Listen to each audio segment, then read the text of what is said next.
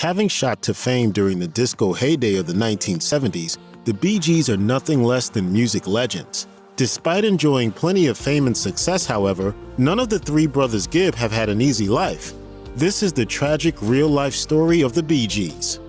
Barry Gibb and his brothers, fraternal twins Robin and Morris, were all born on the Isle of Man, along with their sister Leslie. During their early years, their parents moved them to Manchester, England, where their youngest brother Andy was later born. The Gibbs hoped to find a better life in Manchester, but the area was still struggling in the aftermath of World War II, and the family was having trouble making ends meet. Not only that, but Robin Gibb was becoming somewhat of a delinquent in his youth. In particular, the young Robin had a reputation as a pyromaniac and was known for playing with matches and setting fires to billboards.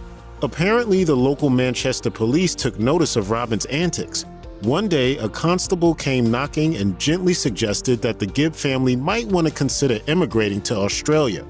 Between their difficult economic situation and the need to keep the boys out of trouble, the Gibbs eventually moved to Redcliffe. In a 2017 interview with Variety, the eldest of the Gibb brothers, Barry Gibb, revealed for the first time that he once came dangerously close to being abused when he was only 4 years old.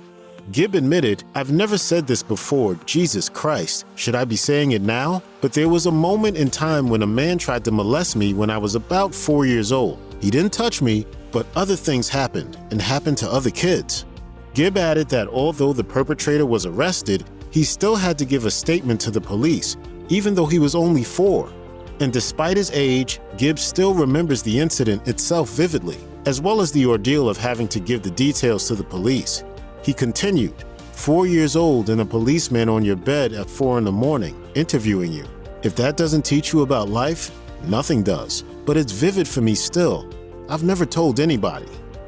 All three of the Bee Gees have encountered drugs at some point in their lives. Morris Gibb was an alcoholic, Robin Gibb was into pills, and Barry Gibb was into smoking marijuana. There were also bouts of experimentation with cocaine, though the brothers usually stayed away from harder drugs.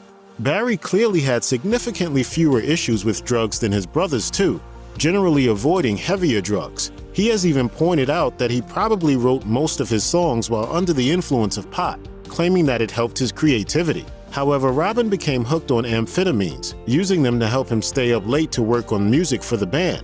His addiction eventually caused problems in his family life, ultimately leading to his wife filing for divorce and a court banning him from seeing his 2 children. His twin brother Morris long struggled with an addiction to alcohol that would affect his personal and professional life. Morris's dependence on alcohol made him increasingly unreliable and also brought an end to his brief marriage with pop star Lulu. Even though they were brothers, the Bee Gees were not without their conflicts. Although eldest brother Barry Gibb was considered the frontman and leader of the group, Robin Gibb was often considered to be the better singer. After some internal squabbling, brought on mostly by their mutual egos, Robin decided to quit the band and try going solo in 1969. Robin later admitted the band split due to their pride and individual ambitions. He explained, "That was a period when we had tremendous egos for success where we just stopped talking to each other. We had people saying that you're responsible for the success of the group, and he's successful. So we all had our own sort of court." Robin did record his solo album, but it wasn't as successful as he had hoped. Likewise, the Bee Gees weren't exactly turning out the hits either. Robin rejoined the band in 1970, and shortly after reuniting, they nabbed their first hit in the US in 1971 with How Can You Mend a Broken Heart. By then, it was crystal clear that the Bee Gees were better as a group than as solo artists. Robin Gibb had a highly contentious divorce with his first wife, Molly Gibb. It was 1980, and their marriage had gone off the rails due to Robin's amphetamine addiction. Although they had been living separate lives for some time, Molly wanted Robin officially gone and away from their 2 children. However, the divorce proceedings took a particularly nasty turn when Robin allegedly made threats against his soon-to-be ex-wife's lawyers. He started sending aggressive messages to Molly's lawyers, threatening their lives and insinuating that he had hired a hitman to kill them. One such telegram Robin sent read, "What you have done is just about the limit. I have taken out a contract. It is now a question of time." The law firm reported Robin to the FBI, prompting an investigation into the Bee Gees singer's threats. Robin's own lawyers had to cover for their client's erratic behavior, assuring the police that Robin wouldn't be foolish enough to carry out the threat. Eventually, the matter was dropped, as Molly and her attorneys opted not to press charges against Robin. Contrary to popular belief, the youngest Gibb sibling, Andy Gibb, wasn't actually a member of the Bee Gees. Though he was a talented singer and occasionally performed with his older brothers, Andy actually found far more success as a solo artist. Once he had his first hit song in Australia, he went to the States to advance his singing career. With help from his brother Barry Gibb, Andy released his first album, Flowing Rivers, which became a great success. 2 songs from his album became #1 hits, I Just Want to Be Your Everything and Love is Thicker Than Water. Although Andy's career appeared to be on an upward swing, he was already struggling with drug addiction by the time he was preparing his second album. His problems with drugs started costing him personally and professionally too. Andy was hired for theater and television gigs, but kept getting fired for missing work and not showing up for performances. His relationship with actress Victoria Principal also ended as a result of his addiction. It wasn't until the mid-'80s that Andy went to rehab at the Betty Ford Clinic. But even after his treatment ended, Andy was completely bankrupt and never quite found the fame he had enjoyed before. On March 10, 1988, Andy went to the hospital after feeling ill, where he soon died. He was only 30 years old. The doctors ruled that myocarditis, a heart condition, was the cause of death, most likely caused by prolonged drug abuse. In 1997, the 3 Bee Gees appeared on the British talk show Clive Anderson All Talk. However, the host Clive Anderson took his ribbing of the band a little too far. He made fun of the falsetto singing voices, comparing them to Mickey Mouse. And that was just one of many insults. Before we became the Bee Gees, we were late tossers, yes. which we thought was... You'll always be late tossers to me. Things quickly stopped being fun for the Gibb brothers, and after one joke too many, they walked out on the show during a live broadcast. In fact, I might just leave. Yeah. Oh, I've never had anyone walk out before, but... we are a tosser, pal. So anyway, everybody... In a 2020 interview with The Spectator, Anderson did admit that he regretted his handling of the Bee Gees interview. He said, "Yes, it was poor, but it was only meant as a joke.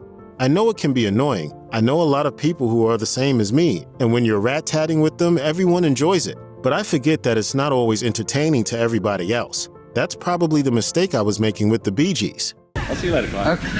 Well, there you go. There's the Bee Gees. In 2003, Morris Gibb died of a heart attack. He was just 53 years old. Morris had a long history of alcoholism, which severely damaged his long-term health. However, he had originally gone to the hospital to have surgery for a blocked intestine. During the operation, Morris suffered a heart attack. Despite hoping for signs that he might recover, Morris passed away in the early hours of Saturday, January 12, 2003.